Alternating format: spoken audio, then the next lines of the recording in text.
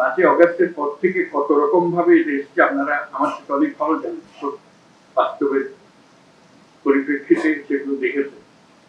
আমরা এর মধ্যেই এই পরিস্থিতিতেই মনে করেছিলাম শুরুতে যে বিরাট একটা পূজা আসছে, দুর্গা পূজা আসছে, এটা নিয়ে একটা হাঙ্গামা শুরু হবে। তো সেখানেও আমরা ঐক্যের আহ্বান জানিয়েছিলাম, আপনারা সবাই ঐক্যের মধ্যে শরীর হয়েছিলেন। সারা দেশ জুড়ে খুব শান্তিপূর্ণ ভাবে পূজা পালিত হয়েছে, আমরা সবাই উপস্থিত ছিলাম, সারা দেশ পূজার আনন্দে শরীর হয়েছে। কোনো তফাৎ কোনো জায়গাতে কোনো রকমের বিশৃঙ্খলা কটূক্তি কিছুই হয়, সেটাও অনেকের পছন্দ হয়। আবার নতুন নতুন দেশে নতুন ভাবে চেষ্টা করেই যাচ্ছে। এখন যে চেষ্টার মধ্যে আমরা দেখছি চেষ্টা চলছে, সেটা বিশেষ একটা রূপ আছে, সেজন্য আপনাদের বিশেষভাবে আহ্বান জানাচ্ছি।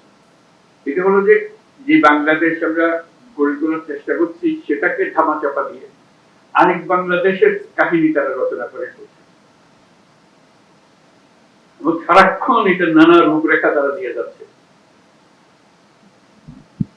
এখন এটা যে শুধু এক দেশের মধ্যে সীমাবদ্ধ রয়েছে তাও নয়,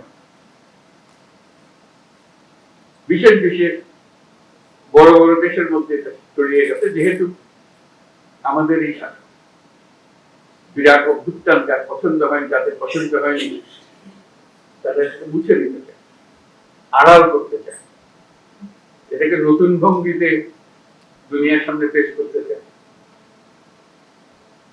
আমাদের এখানে একটা ভয়ঙ্কর কাণ্ড হয়ে গেছে, সেই ভয়ঙ্কর কাণ্ড থেকে আমাদেরকে রক্ষা করতে হবে, তারা রক্ষার জন্য এসেছে আমাদের।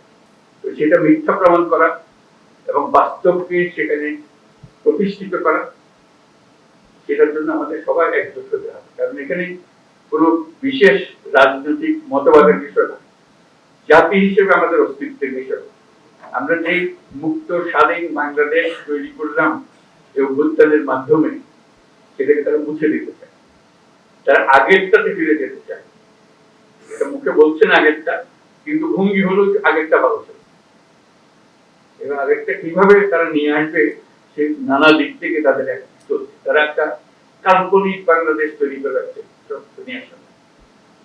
তাদের শক্তি এত বেশি, অর্থ শক্তি এবং তাদের আয়োজনের শক্তি এত বেশি, ক্রমে ক্রমে দেখা যাচ্ছে মানুষকে এটাতে ঘেরাতে পারছে। এই নতুন যে কল্পকাহিনী তারা তৈরি করছে, সেটাতে অনেকে সন্দেহ প্রকাশ করছে, এটা কি ধরনের সরকার হলো ওখানে। এটা যখন আমরা বুঝতে পারছি না, বোঝার পিছনে পরিচ্ছন্ন একটা সরকার, কাউকে আমরা বাধা দিয়েছি এখানে আসতে?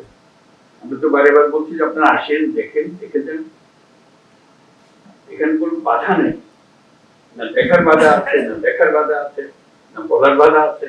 সেটার জন্যই থেকে মুক্তি স্বাধীন বাংলাদেশে চলে আসে। কিন্তু না, তারা ওখান থেকে এই কল্প কাহিনী বানিয়ে যাচ্ছে।